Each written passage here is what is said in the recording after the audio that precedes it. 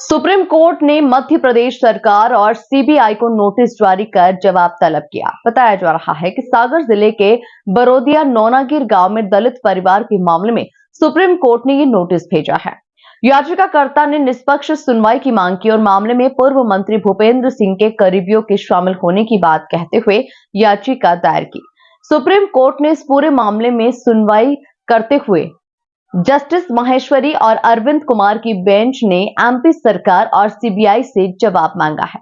दरअसल ये पूरा मामला सागर जिले के बरोदिया नौनागिर गांव का है, जहां साल 2019 में बरोदिया नौनागिर के निवासी एक दलित परिवार की बेटी से कुछ दबंगों ने मारपीट की थी। इसी के साथ ही दलित परिवार ने दबंगों पर छेड़छाड़ का भी आरोप लगाया था। परिवार का आरोप था कि पुलिस ने एफआईआर में छेड़छाड़ की धारा का जिक्र नहीं किया है।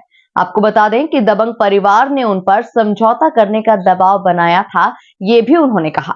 इसके बाद साल 2023 में इसी दलित परिवार के छोटे बेटे की बाजार में पीट कर हत्या कर दी गई थी।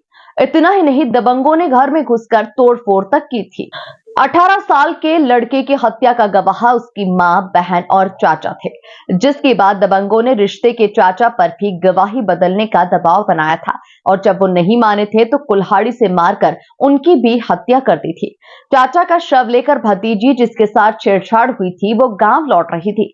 उसी दौरान तिराहे पर एम्बुलेंस से गिरने से उसकी भी मौत हो गई थी।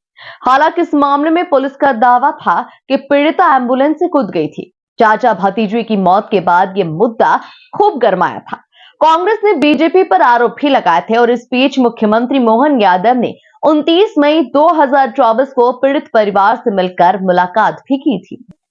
सीएम मोहन ने 8,25,000 रुपए की आर्थिक मदद तथा चौकी खोलने की घोषणा की थी। वहीं पूर्व सीएम दिग्विजय सिंह, जीतू पटवारी भी उनसे मिलने पहुंचे। इस दौरान उन्होंने दलित पीड़ित परिवार की राहुल गांधी से बात भी कराई थी। इस पूरे मामले में पीड़ित परिवार ने पूर्व गृह मंत्री भूपेंद्र सिंह और उनके करीबियों के शामिल होने का आरोप लगाया था। इस मामले को निष्पक्ष सुनवाई को लेकर सुप्रीम कोर्ट में गुहार लगाई गई थी, जिसे सुप्रीम कोर्ट ने सुनवाई योग्य मानते हुए मध्य प्रदेश सरकार और सीबीआई से जवाब मांगा है। मामले में मार्च के तीसरे हफ्ते में अगली सुनवाई होगी। सागर जिले के खुरई थाना के अंतर्गत बरोदिया नौनागिर गांव में पिछले समय अनुसूचित जाति वर्ग के 3 लोगों की संदिग्ध रूप से अलग अलग हत्याओं के मामले में सुप्रीम कोर्ट के द्वारा संज्ञान लिया गया तथा नोटिस जारी करने पर मध्य प्रदेश कांग्रेस कमेटी की महासचिव एवं टीकमगढ़ जिले की प्रभारी रेखा चौधरी का बयान सामने आया है। उन्होंने कहा कि भारतीय जनता पार्टी की सरकार में मध्य प्रदेश में खासकर बुंदेलखंड के सागर जिले में अनुसूचित जाति पर लगातार अत्याचार बढ़ रहे हैं।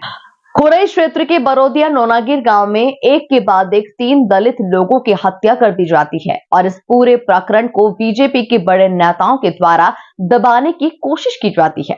बरोदिया नौनागिर के मामले में माननीय उच्च न्यायालय ने संज्ञान लिया। हमें आशा है कि पीड़ितों को न्याय मिलेगा। भारतीय जनता पार्टी के लोगों के अत्याचार कम होंगे और दलितों पर भी अत्याचार रुकेंगे। अब इस मामले पर क्या कुछ बोले उपनेता प्रतिपक्ष, वो आप सुन लीजिए। आज 22 जनवरी 2025 को माननीय उच्चतम न्यायालय सुप्रीम कोर्ट द्वारा एक पिटीशन पे निर्णय देते हुए मध्य प्रदेश की सरकार को और सीबीआई को नोटिस इशू किया है और जिस विषय पे नोटिस इशू किया है यह विषय पूरे मध्य प्रदेश को शर्मसार करता है। सागर जिले में माननीय भूपेंद्र सिंह जी पूर्व मंत्री जो रहे गृह एवं परिवहन के, उनकी विधानसभा के अंदर 3 दलित समाज के लोगों की निर्मम हत्या हुई थी, जिससे केवल दलित समाज में नहीं पूरे देश के हर उस व्यक्ति के अंदर रोष था जिसके अंदर मानवता जीवित है। और मुझे लगता है कि इसमें भूपेंद्र सिंह जी की जो भूमिका है इससे कोई भी व्यक्ति हर व्यक्ति इस बात को जानता है। और जैसा कि जो खुद पिटिशनर हैं जिनकी हत्या हो, उनकी माँ, उनके परिवार के लोगों ने अपनी पिटिशन में ये बात लिखा है कि इस पूरे प्रकरण में भूपेंद्र सिंह पूर्व गृह मंत्री की भूमिका है। उन्हीं के गुंडों के द्वारा निरंतर धमकियां दी जा रही थी। पहले ऑफर दिए गए 2-2, 4-4 करोड़ रुपए के, और जब ऑफर स्वीकार नहीं किए गए तब भूपेंद्र सिंह जी और उनकी पुलिस के द्वारा और उनके गुंडों के द्वारा धमकी दी गई।